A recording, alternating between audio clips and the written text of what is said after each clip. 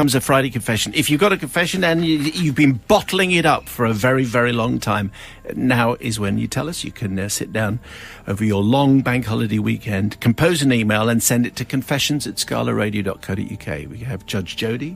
Good morning. We have Judge Jack. Morning. And we have Judge Mark. There's no alliteration there. Moody Mark. He's good. Oh, Judge Jeeves. Okay, your surname is Jeeves. Surname is the J's. There you go. Hello. Okay, so we've got them all in. Hello. So today's... I think you'll relate to this email. You might even have stories of your own to top it. That's all I'm saying. Oh no. It comes from Scott, brackets, not my real name, close brackets. Simon, first of all, I need to confess that I am in the media business. And this story happened a long time ago when I was a keen young graduate working my way up the broadcast media career ladder. Oh, I know it well. What rung are you on? What do you say? Scott says, I was lucky enough to land a job as an assistant producer on a local radio station, working on a news and entertainment morning show. I loved my job. I worked hard, always making sure we had the best guests. On this particular day, I'd managed to secure an interview with a young lady who, at the time, was an A-list celebrity, and who was regularly on the front pages of the tabloids, and not always for the right reasons. This guest was known at the time as a bit of a wild child. It was often photographed falling out of London nightclubs and being carried to waiting limousines. That's going to be you, Jack. You get the picture. Oh gosh, high hopes then, yeah. Wild Child was coming into the studio to promote her book, which was a bit of a kiss and tell, and also an attempt to put the record straight.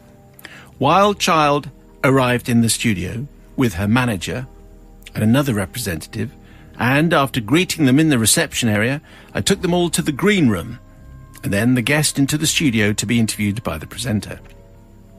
When I returned to the green room, I started making polite small talk with her manager and representative and started asking them about the book. By now, the interview had started and was being played live in the room so we could all listen. As the guest started describing how she came to be involved in the party scene at such a young age, I turned to her people and I said, you can't blame her really, and I shook my head. I'm sure none of this is her fault. I shook my head and the others nodded theirs because they were obviously agreeing with me. And if only I had stopped there. But then I went and added, I mean, what kind of mum would allow their daughter to behave like that? Even encourage that kind of behaviour? Deplorable behaviour.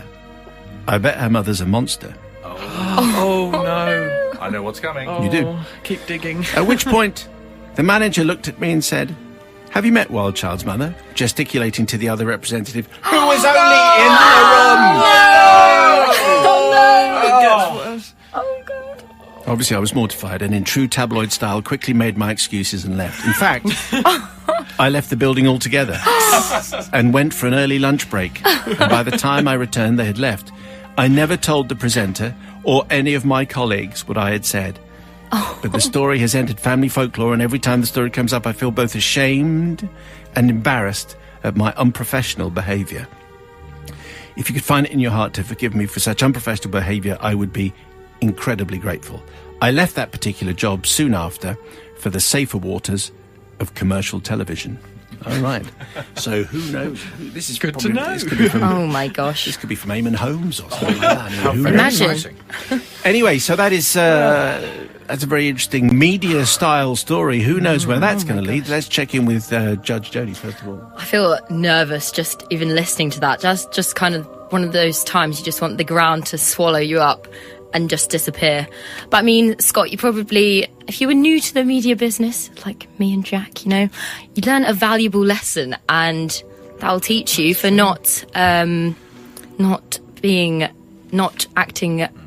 like that again. So I'm going to forgive you. You are going to forgive. Learn a valuable lesson. Judge Jack. I think it's a steep learning curve, and I think that we all make mistakes. I think there are some that are bigger than others. Tact would have been better in that instance, and also I think he should have checked who he was speaking with. Like, that is poor a research false error, isn't it? Exactly. Know who you're speaking to. But I think he was new to it. He was, easy mistake. I wonder who this person was. I wonder who the wild child was. Anyway, Judge Jeeves. I've got all sorts of people are running through my head. Completely forgiven. We've all done it. It's very easy to do, and I have made appalling faux pas amongst all sorts of celebrities, because the difficult thing is sometimes they bring so many people. You've had guests here, and there's 37 people outside. The entourage. The entourage is big, so no. And they all gather around your desk, so you have to look as busy as you possibly can, exactly because they're all looking at you. You just don't expect someone to bring their mum with them to an interview as well. Can you imagine doing that, bringing your mum in at all? I forgive. I just want to know who it is. Okay, so if you have any, if you want to pass comment, it's 64100, first word is Scala, and text, and if you have a tale to tell me, it's confessions@scalaradio.co.